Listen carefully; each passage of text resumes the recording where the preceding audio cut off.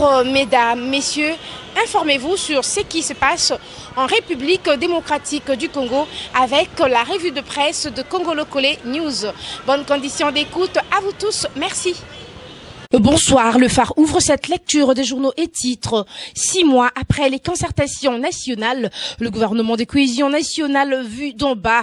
Au journal de renseigner pendant que les membres de la classe politique et les activistes de la société civile ayant pris part aux concertations nationales sont très déchirés autour des postes à occuper au sein du futur gouvernement de cohésion nationale. Les Congolais d'en bas s'interrogent sur leur avenir et leur devenir. Les exclus des privilèges liés aux fonctions ministérielles se demandent s'ils vont mieux vivre qu'hier. Retrouver une paix durable, rompre avec le chômage, manger à leur faim, se loger décemment, s'offrir de soins de santé de qualité, faire étudier leurs enfants dans des écoles et universités de référence, voyager par bus, bateau, avion ou train dans des conditions dignes d'une personne humaine, jouir de leur liberté individuelle élémentaire, expression, association, opinion, manifestation, ainsi de suite. Par contre, deux situations s'affrontent dans les esprits. D'un côté, il y a une poignée de ministrables impatients de savoir s'ils vont rester au gouvernement ou y faire leur entrée. Et de l'autre, la majorité silencieuse inquiète de voir les promesses d'amélioration de leur social s'arrêter au niveau des intentions. Aussi, les débats ne cessent de battre son plein autour des noms de l'informateur, du formateur, du futur Premier ministre et des futurs ministres et des futurs ministres sans objet pour ceux qui ne se sont jamais retrouvés dans les actes des nominations. S'il y a une question de fond qui intéresse les laissés pour compte, c'est celle de l'amélioration de la gouvernance de manière à ce que les portefeuilles ministériels cessent d'être des maisons des déplacements entre copains pour s'émuer en structure des promotions du bien-être collectif, chute l'auteur de l'article. Le différent de son côté écrit 39 millions de dollars américains des salaires détournés à la SONAS. Aux confrères d'affirmer que le signataire de la lettre affirme qu'au sein de la SONAS, les agents et cadres s'y voient sanctionnés et d'autres révoqués sans assistance efficace de la délégation syndicale. Elle n'existe lors de graves décisions que comme une fulgurante. Cette délégation aujourd'hui amputée et incapable de justifier les cumuls des arriérés de salaire chaque année depuis près de 4 ans et des irrégularités des paiements des salaires dans les directions et des agences.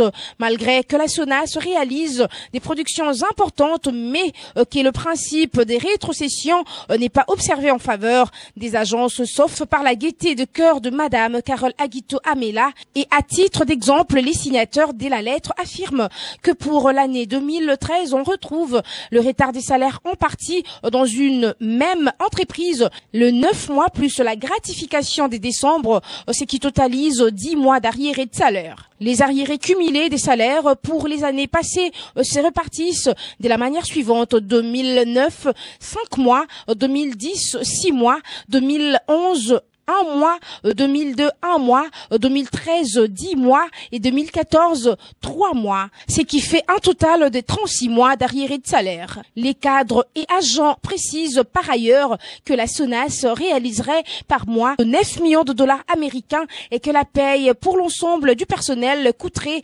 1,1 million de dollars américains par mois. Et si l'on fait une simple mathématique, on verrait que 36 mois d'arriérés multipliés par 1,1 million de dollars américains par mois, les calculs feraient 39,6 millions de dollars américains non payés aux cadres et agents de la SONAS. Où serait donc parti cet argent depuis 2009 que Madame Carole Aguito Amela est au pouvoir? S'interroge le journal, et de répondre, c'est une désaffectation, ceci s'appellerait ni plus ni moins un détournement, chute le journal. Congo Indépendant News enfin boucle ce journal de journaux les noms dits de Kingakati selon les sources de l'UNC. VK crève l'abcès. Selon la source, l'auditoire était devant un homme politique serein qui veut sortir par la grande porte et inscrire son nom dans l'histoire politique glorieuse du pays et servir de référence. Joseph Kabila a demandé qu'on lui donne 2 noms de primaturables. Il s'est dégagé qu'Emabi Mulumba et Mukoko Samba ont pris les déçus sur les autres, notamment sur Évariste Bochab, jugé conflictuel par-dessus le marché et qui a à son actif un passé, et de Aubin Minakou, considéré comme un illustre inconnu sur tous les plans, c'est-à-dire du Congo profond et de la scène internationale, et qui ne dispose d'aucun poids politique.